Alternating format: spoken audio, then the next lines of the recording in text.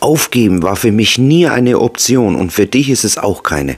Du bist nicht deine Angst und du bist auch nicht deine Gedanken. Am Ende dieses Videos wirst du ein Stückchen weiter erleuchtet sein, so wie ich. Mit Sicherheit 50% deines Leidens hinter dir lassen. Los geht's. Weißt du, was mir im Laufe der Zeit aufgefallen ist? Mir ist aufgefallen, dass ich immer, wenn ich eine bestimmte Emotion hatte, zum Beispiel Angst, ich dazugehörig immer dieselben Gedanken hatte. Das fand ich nach der Zeit irgendwann mal merkwürdig. Denn alle Menschen, die Angst haben, haben bei der Angst immer dieselben Gedanken bei sich als Individuum in sich innen drinnen, wenn man so möchte. Das heißt also, wenn ich Angst gespürt habe, da hatte ich immer dieselben Gedanken. Das waren dann meistens immer die, was wäre, wenn ich vom Balkon springe? Was wäre, wenn ich den Verstand verliere? Was wäre, wenn ich durchdrehe? Was wäre, wenn ich irgendjemand was antue? Solche typischen Zwangsgedanken. Und irgendwie ist mir dann irgendwann mal aufgefallen, dass wenn ich, was leider selten war, innere Ruhe hatte, diese Gedanken nicht hatte. Womöglich ist es bei dir zum Beispiel eine andere Geschichte, die dahinter steckt. Zum Beispiel, wenn du Angst spürst, kommen bei dir die Gedanken hoch, was wäre, wenn mein Herz stehen bleibt. Bei jemand anderen kommt der Gedanke hoch, was wäre, wenn ich wie ein Affe rumspringe. Bei jemand anderen kommt der Gedanke hoch, was wäre, wenn ich hier nie wieder flüchten kann. Du siehst also, jeder erzählt bei einem bestimmten Gefühl sich selber dieselben Gedanken. Und jetzt sagt der eine oder andere, ich will ja versuchen, diese Gedanken zu stoppen, damit die Angst wieder weggeht, aber wir scheitern alle. Und da ist mir etwas aufgefallen. Ich versuche dir das mal zu erklären, dass du das verstehst wie eine Art Metapher, weil ich denke, bei unserer menschlichen Psyche ist es ziemlich schwierig, Gedanken und Gefühle aufzuzeigen, weil sie ja nicht plastisch sind. Und wenn wir dann immer solche Dinge haben, die irgendwie für uns greifbar sind oder in der Vorstellungskraft realer sind, dann können wir mit diesen Dingen, mit diesen Gefühlen und mit diesen Gedanken besser umgehen. Und das habe ich mir angeeignet und das hat tatsächlich wahre Wunder gewirkt. Das war wie folgt. Ich habe nach der Zeit mich selber hinterfragt, warum ist das eigentlich immer so, wenn ich diese Emotion, zum Beispiel Angst, diese und jene Gedanken habe. Du hast natürlich diese und jene Gedanken. Ist natürlich bei jedem anders, denn wir dürfen nämlich wissen, wir sind nicht unsere Gedanken, wir sind auch nicht unsere Gefühle, aber im Laufe des Videos wirst du das mit Sicherheit noch besser verstehen. Es geht um Folgendes. Versuch dir mal jede einzelne deiner Emotionen, wenn sie entsteht, als eine Art Schublade vorzustellen. Also versuch dir mal vorzustellen, du hast da so einen riesigen großen Aktenschrank, ja, den man so oft an die Ämter kennt. Und jeder deiner einzelnen Emotionen ist so eine Schublade mit Akten drinnen. So drinnen hingewälzt. Da haben wir die Schublade Angst, da haben wir die Schublade Zufriedenheit, da haben wir die Schublade Dankbarkeit, Freude, Ekel, Wut, Angst, Panik. Und jeder, also einzelnen Schubladen, du hast jetzt diesen Schrank vor dir, wenn eine dieser Schubladen geöffnet wird, ich komme auch noch gleich dazu, wann sie geöffnet wird, wenn sie geöffnet wird, hat verschiedene Akten drinnen. Und diese Akten stellen deine Gedanken dar. Und diese Gedanken, die da innen drinnen sind, die kommen immer dann zum Vorschein, wenn eine Schublade geöffnet worden ist. Nehmen wir jetzt als Beispiel ganz konkret Angst beim Herrn Horst Y. Bauer, was weiß ich, ist so ein Name. Er öffnet die Schublade Angst und dann sind da die Gedanken drin, was wäre, wenn ich einen Herzinfarkt bekomme? Was wäre, wenn ich aus dieser Situation nicht flüchten kann? Das hat damit zu tun, dass jede dieser Emotionen gepaart ist mit diesen Gedanken in deiner Vergangenheit, mit der Emotion in der Neurone zusammengeschaltet. Das heißt, diese Gedanken sind mit diesen Gefühlen in diesem Moment immer zusammengeschaltet. Und deswegen sagen die Menschen dann immer, auch ich, immer wieder, wieso wiederholt sich das Ganze immer wieder? Ich habe doch schon 1000-mal das bemerkt und immer wieder wiederholt sich's. Immer wiederholt sich's. Warum kann ich diese Gedanken nicht ändern? Naja, ganz einfach. Die Schublade ist mit diesen und jenen Gedanken verknüpft. So, das passiert jetzt bei Ekel auch. Jetzt haben wir zum Beispiel die Menschen, die sich stark ekeln vor Spinnen oder Kakerlaken. Fällt jetzt kein anderes Beispiel gerade ein. Und da kommt dann immer wieder, wenn ich die Ekelschublade, da kommen dann die Gedanken über die Spinne und die Kakerlaken. Und ich habe dir ja gerade eben gesagt, wann wird denn eigentlich so eine Schublade geöffnet? Die Schublade wird immer dann geöffnet, wenn entweder in uns innen drinnen oder im Außen sich bei uns etwas in unserem Bewusstsein antriggert. Das bedeutet, als Beispiel, ich bin in einer Situation und jemand kommt zu mir und sagt zu mir, Juan, hast du Lust, morgen Abend mit mir ins Kino zu gehen? Ein Angstgefühl entsteht. Warum? Weil in der Vergangenheit immer ein Angstgefühl entstanden ist, wenn ich weiter weg von zu Hause war. Beispiel. Diese Schublade wird jetzt geöffnet und in der Schublade sind jetzt diese ganzen Gedanken drin. Da sind jetzt drin, wenn ich morgen ins Kino gehe, dann kann ich dann nicht nach Hause. Was wäre, wenn ich eine Panikattacke bekomme? Was wäre, wenn die mir das anmerken? Sonst irgendwas. Und jetzt kommt sofort wieder dieses zurück, ja, Vermeidungsverhalten. Ich möchte diese Situation vermeiden, ich möchte das nicht haben. Jeder kennt das. Bei einer Herzphobie ist das eine ganz andere Geschichte. Wenn ich morgen zum Arzt gehe, etc. Bei Zwangsgedanken, aufdringlichen Gedanken, aggressiven Zwangsgedanken, wenn ich jemandem was antue. Du siehst also, jede Schublade erzählt ihre eigenen Akten. Ihre eigenen Akten. Und die wiederholen sich immer. Und das Ganze habe ich bei mir nach der Zeit beobachtet und bemerkt. Und jetzt frage ich dich, hast du das bei dir selber auch schon beobachtet, dass du deine aufdringlichen Gedanken, deine negativen Gedanken, ja da schon gar deine Zwangsgedanken immer dann beobachtest, wenn eine Schublade vorher geöffnet worden ist? Oder hattest du negative, aufdringliche Gedanken, wenn du das Gefühl der Freude hattest oder der Zufriedenheit oder des Gefühls des Glücks? Kommen da diese Gedanken? Höchstwahrscheinlich nicht. Mich würde es aber trotzdem interessieren. Deswegen schreib's doch bitte einmal in die Kommentare. Menschen, die irgendwann mal an den Punkt kommen und sagen, ich kann nicht mehr, ich gebe auf. So geht's nicht weiter. Das sind nicht irgendwelche Verrückte oder Menschen, die irgendwie nicht ganz dicht sind, wie so es leider manche immer noch in dieser Gesellschaft sagen oder behaupten, sondern das sind Menschen, die sehr, sehr oft hintereinander angetriggert worden sind und immer wieder einer dieser Schubladen geöffnet haben.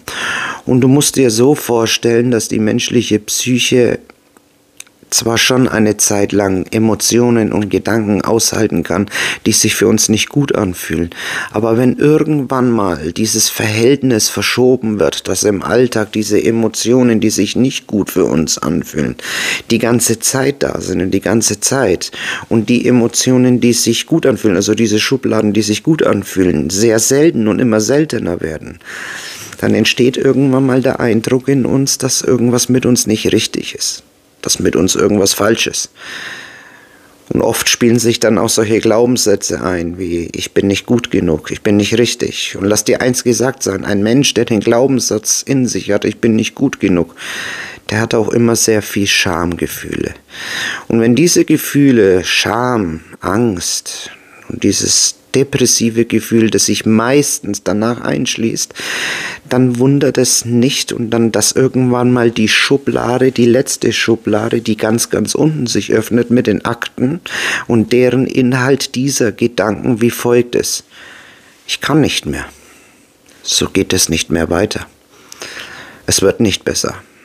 Es gibt keinen Ausweg. Wie soll es noch so weitergehen? Soll ich vielleicht irgendetwas in Betracht ziehen? Und solche Gedanken können dann wiederum wieder eine andere Schublade aufmachen mit der Angst, wo dann wieder diese Gedanken sind, ich kann nicht flüchten etc. Du siehst also, es entsteht ein Teufelskreis, der sehr perfide ist und der sehr großen Schmerz in uns anrichten kann. Und es kann jeden erwischen. Jeden. Mich hat es damals auch sehr, sehr stark erwischt. Der erste Impuls, den ich dir heute mitgeben möchte, schenken möchte, ist, dass ich gemerkt habe, dass ich diese Schubladen habe. Und du solltest diese Schubladen bei dir auch bemerken. Du solltest sie erstmal nur bemerken. Du solltest sie, wie gesagt, erstmal nur bemerken. Ist die Schublade Angst gerade in mir geöffnet? Und der ganz, ganz große Gamechanger ist, in dem Moment es zu benennen. Ist die Schublade Angst gerade geöffnet worden. Nicht, wenn die Angst mal wieder weg ist und die Gedanken wieder weg sind, weil es dir wieder besser geht für einen Moment. Dass du sagst, ich erinnere mich, ich hatte vor 20, 30 Minuten diese und jene Aktengedanken. Vor 20, 30 Minuten diese und jene Gefühle. Nein, in diesem Moment, wo es entsteht, in diesem Moment, wenn es entsteht, Die Gedanken, ich kann hier nicht flüchten, ich spring vom Balkon, ich mache dieses, jenes, ich werde verrückt, ich krieg Panik, die Panik bleibt für immer. In diesem Moment musst du diese Schublade, in diesem Moment in dir erkennen. Das heißt, wenn jetzt hier, jetzt ist, mache dir bewusst, ich liege hier. Ich sitze hier, ich stehe hier und ich bemerke in mir jetzt gerade die Schublade Angst. Mit denen und jenen Gedanken. Ich bemerke sie gerade. Diese Schublade ist jetzt gerade präsent. Verstehst du? Das ist wirklich wichtig, wenn du das in diesem Moment machst. Nicht danach, da war da diese Schublade und ich verdränge das. Nein, diese Schublade ist jetzt da. Und jetzt möchtest du vielleicht wissen, warum ist diese Schublade da? Und warum entstehen diese Schubladen überhaupt? Wir haben gerade erfahren, sie entstehen durch Antriggerungen. Sie entstehen durch Trigger, die in uns entstehen, durch einen aufdringlichen Gedanken, eine Intrusion, einen intrusiven Gedanken. Wenn du wissen möchtest, wie man mit intrusiven Gedanken umgehen kann, hier oben auf den i ein Video von mir, da kannst du tiefer in die Materie eingehen. Ein intrusiver Gedanke entsteht. Das ist zum Beispiel eine Antriggerung oder im Außen ein Geruch. Du hörst was. Du riechst was, du schmeckst was, du siehst was, du fühlst was. Und das sind Dinge, die wir angesammelt haben. Ja, du hast richtig gehört. Wir haben sie angesammelt. Verstehst du? Ich wiederhole es nochmal, weil es so wichtig ist. Wir haben sie angesammelt. Wir haben diese Eindrücke eingesammelt. Angesammelt. In uns angesammelt. Alles. Alles, was wir gerochen haben. Gesehen. Geschmeckt. Gefühlt. Gerochen. Es sind Dinge, die wir angesammelt haben. Was denkst du denn oder warum glaubst du denn, wenn jemand aus dem Krieg kommt und er am Silvesterkracher hört und er auf einmal Angst bekommt? Er hat es angesammelt. Ja oder nein? Hat das angesammelt? Er hat es angesammelt. Ist er die Böller? Ist er der Kracher? Ist er das, was er im Krieg erlebt hat? Nein, er hat es angesammelt. Er hat es gesehen. Ja? Er hat es gehört. Er hat auch den Geruch von Blei und anderen Gerüchen, die ich hier nicht erwähnen möchte, gerochen. Und wenn er sie riecht beim Essen etc., du verstehst, worauf ich hinaus möchte, wird er angetriggert. Die Schublade geht auf. Merkst du was? Die Schublade geht auf.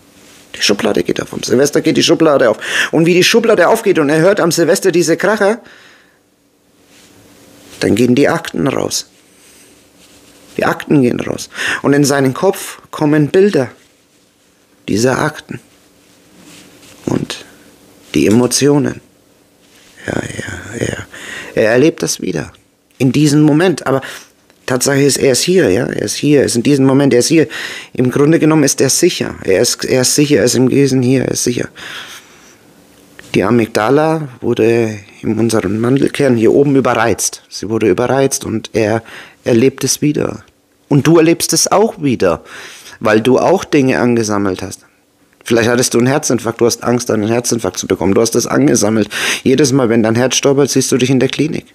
Es spielt gar keine Rolle. Vielleicht hattest du eine depressive Episode und allein schon diese depressive Episode hat dich, wenn man so möchte, traumatisiert, weil du sagst, es war damals so schlimm mit diesen Emotionen. Ich möchte das nicht wieder haben und ich versuche das zu verhindern. Aber du versuchst es immer im Hier und Jetzt zu verhindern. Im Hier und Jetzt. Und du hast es angesammelt und in diese Schubladen sind alle in dir. Ja, sie sind in dir und diese Gedanken sind in den Schubladen oben mit drinnen. Und du bist derjenige, und das möchte ich dir in diesem Video ja schenken und geben. Du bist ja derjenige, der ab heute mit diesem Video dir im Klaren sein kann und erleuchtet werden kann und sagen kann, ich bin derjenige, der diese Schubladen bemerkt. Ich bin derjenige, der in diesem Moment, hier und jetzt, diese Schubladen bemerkt mit diesen Gedanken. Und alleine, dass ich derjenige bin, der diese Schubladen bemerkt und diese Gedanken bemerkt, das sorgt dafür, dass ich mein Bewusstsein schärfe. Und ohne dass jemand, und davon bin ich überzeugt, jemand sein Bewusstsein schärfen kann, umso schwieriger wird es für ihn auch, sich von diesem Leid und von diesen Schmerzen, die man da erträgt, zu befreien.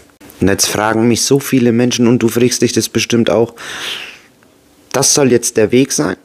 Muss ich nicht meine ganze Kindheit aufkrempeln und alles, was ich angesammelt habe, darüber sprechen und damit ich irgendwie heile und wieder klarkomme? Spannende Frage. Ich versuche es dir mal so zu erklären. Da du dies und jenes alles angesammelt hast und du derjenige bist, der das nicht ist, was er angesammelt ist, aber derjenige ist, der bemerkt, dass er diese Schubladen hat und diese Schubladen mit den Akten innen drin hat und auch langsam immer weiter bemerkt, was ihn innen antriggert und auch außen, im Außen antriggert, könnte man jetzt sagen, wenn man radikal ist, man müsste bis zum Punkt zurückgehen an dem Tag, wo du geboren worden bist und die Tage und Wochen und Monate danach etc. und das alles durchfühlen. Naja, wenn du 40 Jahre alt bist oder wenn du 20 Jahre bist, dann bräuchtest du 20 Jahre dafür und in dieser Zeit sammelst du die ganze Zeit wieder neue Dinge an. Also dafür gibt es keine mathematische Formel und dafür ist der Mensch zu komplex. Und die Dinge, die wir jeden Tag erleben, sind rein unterschiedlich. Und eine wirkliche Heilung in dem Sinne, geheilt, gesund, die steht auf keinem Papier, die existiert nicht, die gibt es nicht. In Wahrheit gibt es nicht mal einen richtigen psychisch kranken Menschen und einen psychisch gesunden Menschen, denn die Verläufe sind unterschiedlich. Und du wirst weiterhin in deinem Leben Dinge ansammeln und du wirst weiterhin in deinem Leben Dinge erleben. Das Wichtige ist, und ich glaube, da sind wir schon einen riesen Schritt weiter, wenn wir lernen, mit dem, was wir angesammelt haben, so umzugehen, dass es uns a. nicht beeinträchtigt, b. es uns nicht mehr schmerzt und c. mit Zuversicht sagen können, das, was passiert, egal was passiert, damit kann ich mit diesen Werkzeugen und was ich habe, umgehen. Und ich bin voller Zuversicht, dass ich mein Leben leben kann. Das ist das Entscheidende, das ist das Wichtige. Und es ist nicht wichtig, dass du in die Kindheit, ins 2. Lebensjahr zurückreist, ins 3. Lebensjahr und da irgendwelchen Geschichten aufarbeitest. Das Wichtige ist, dass du das Ganze verstehst. Das Wichtige ist, dass du dir vertraust, dass du mit deinen Schubladen umgehen kannst.